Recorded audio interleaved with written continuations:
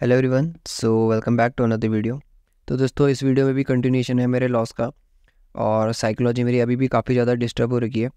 ये चीज़ मैं आपके साथ शेयर करना चाहता हूँ। देखिए, ये सारी चीज़ें कोई भी इजीली हाइड कर सकता था, मैं भी इजीली हाइड कर सकता हूँ, पर एक्चुअल में इनके ऊपर भी डिस्कस करना बहुत ज़्यादा ज़रूरी है। भले ही फाइनली पीएनएल में मेरा दिखेगा कि कितना मैंने लॉस किया है, कितना प्रॉफिट किया है, वो सारा रिफ्लेक्ट होगा, तो वहाँ पे तो आपके सामने सारी बात आनी है। पर इससे ज़्यादा इंपॉर्टेंट ये है कैसे मैंने जो लॉस वाले ट्रेड उनमें मैंने कैसा बिहेव किया, या फिर मेरी साइकोलॉजी क्या थी, क्यों मेरी साइकोलॉजी डिस्टर्ब हुई, ये सारी बातें जानना बहुत ज़्यादा ज़रूरी है। तो पहली चीज़ें मैं आपके सामने बहुत ज़्यादा क्लियर कर देता हूँ कि जो भी ट्रेडिंग होती है उसमें जो आपका टेक्निकल नॉलेज है, जो भी आपकी स्किल्स है, वो इतनी ज़्यादा मैटर नहीं करती जितनी ज़्यादा साइकोलॉजी मैटर करती है। सबसे ज़्यादा आपके लिए जो इंपॉर्टेंट है वो साइकोलॉजी है। तो चलिए इसे यहाँ पे हटा देता हूँ। सबसे पहले बताता हूँ कि आपको आज का मेरा मार्केट को लेके व्यू क्या था। तो निफ्टी ओपन होता है, निफ्टी को ही मैं कंटिन्यूसली ट्रैक कर रहा हूँ, और जब से मैंने निफ्टी में एक बड़ी क्वांटिटी में स्कैल्पिंग करी है तब से मेरी साइकोलॉजी बहुत ज़्यादा डिस्टर्ब हुई है।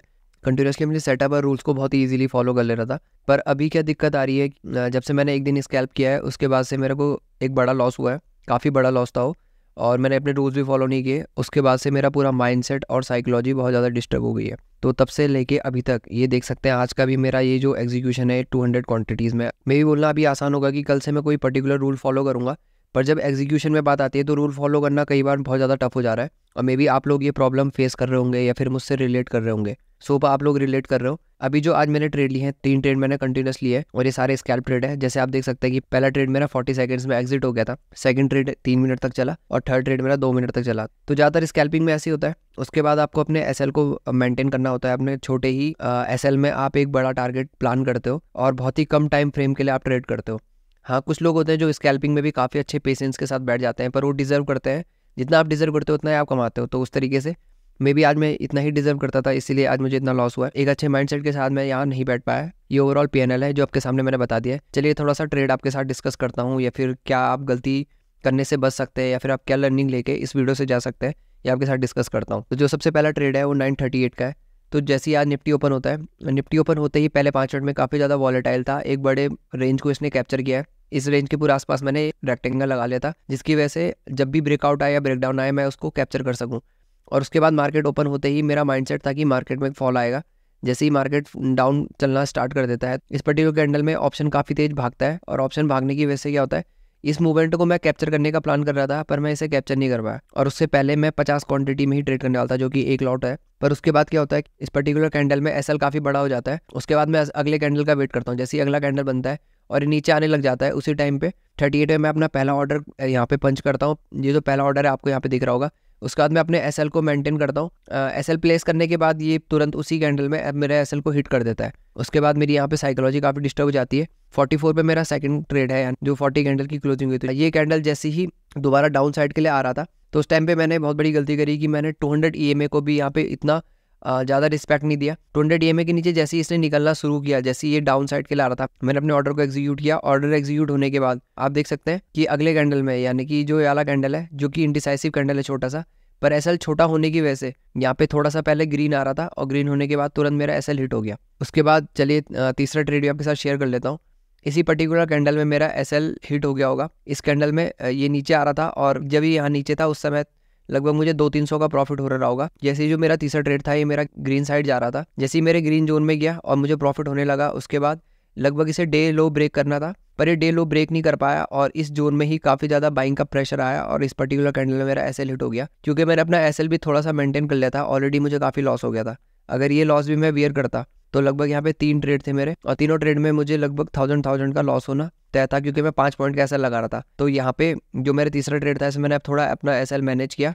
एसएल ट्रेल करने की वजह से मुझे इसमें 2400 का लॉस हुआ, यानी कि लगभग मैंने 2 पॉइंट के आसपास इसमें सेव किए होंगे। कि ओवरऑल मैंने 3 ट्रेड में 6 पॉइंट का अपना एसएल बचाया, और 3000 के लॉस को रजिस्टर होने से बचा दिया। अभी देखते हैं क्या होता है। इसके बाद मैं अपने मार्केट को बंद कर देता हूँ, क्योंकि मैंने सारे रूल्स यहाँ पे ब्रेक कर दिए थे।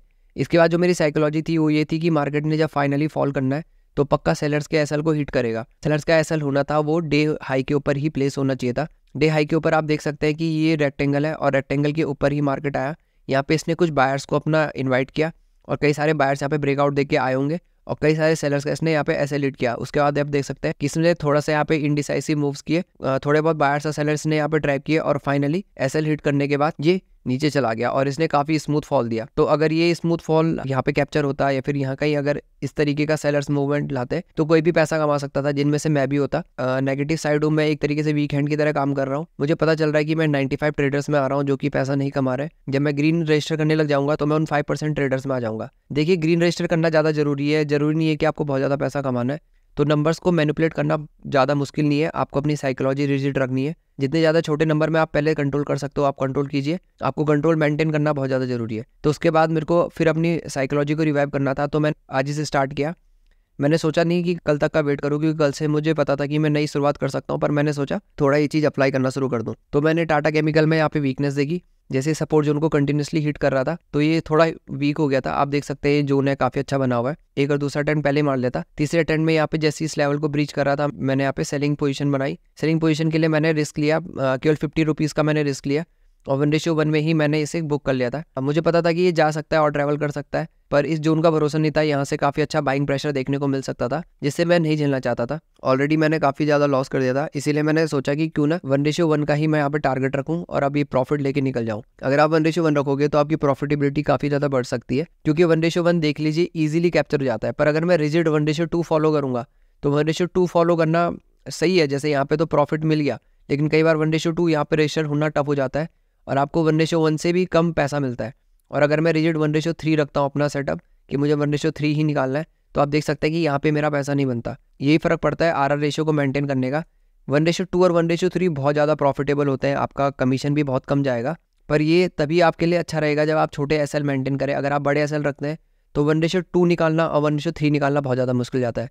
इसको भी मैं यहाँ पे एक्सप्लेन कर देता हूँ। सपोज अगर मेरा एसएल यहाँ पे 0.5 का होता, जैसे 0.5 ये हो गया, तो 0.5 का होता, तो अगर ये इतना मूव करता तो मुझे अब आप देख सकते हैं कि ओवरऑल मूवमेंट में लगभग मुझे 1:1 ही मिल रहा है। और अगर मैं अब 1:2 के लिए जाऊंगा तो इसको बहुत ज़्यादा मूव करना होगा। ये देखिए, इतना ज़्यादा मूव करने के बाद ये 1:2 होगा। जो हमारा आरआर रेशियो होता है वो हमारे काफ़ी हद तक एसएल में भी डिपेंड होता है, इसीलिए आपको हर चीज़ मैनेज करनी है। जब आपको लगता है कि आपको बड़े एसएल में ट्रेड लेना है तो आपको बहुत ही नॉर्मल ट्रेड लेना होगा पेशेंस के साथ। पर अगर आपको लगता है कि आप कोई एक पावरफुल ट्रेड लेना है और आपको छोटे एसएल में मिल रहा है, तो वहाँ पे 1:2 या फिर 1:3 के लिए हमेशा वेट करना है, जो कि आपको अपना अच्छा पैसा दे सकता है। जो रेशियोज होते हैं वो ज़्यादातर पैसे को डिराइव करते हैं। अगर ये मेरा ऑलरेडी प्लान लॉस होता तो मुझे इतनी ज़्यादा प्रॉब्लम नहीं होती, पर अभी मेरी साइकोलॉजी बहुत ज़्यादा डैमेज है और ये भी एक फेज़ है। ये फेज़ हमें एक्सेप्ट करना पड़ेगा, मैं भी इसे टोटली एक्सेप्ट कर रहा हूँ। मैं भी कल के लिए कुछ भी प्लान कर सकता हूँ, पर ऐसा होता है कि जब भी एग्जीक्यूशन की बात आती है तो हमें लगता है कि यही वो ट्रेड है जो हमारे प्रीवियस लॉसेस को रिकवर करवा सकता है, और इसी वजह से मैं एक बड़े क्वांटिटी के साथ ट्रेड एग्जीक्यूट कर देता हूँ। और मे भी सभी लोग ये करते होंगे। तो चलिए कोई नहीं, आज भी डिफीट हो गए मार्केट से या फिर अपनी ओन साइकोलॉजी से। मार्केट से तो नहीं डिफीट हुए, लेकिन अपनी खुद की साइकोलॉजी से डिफीट हो चुके हैं। तो आज का दिन यहाँ पे क्लोज करते हैं।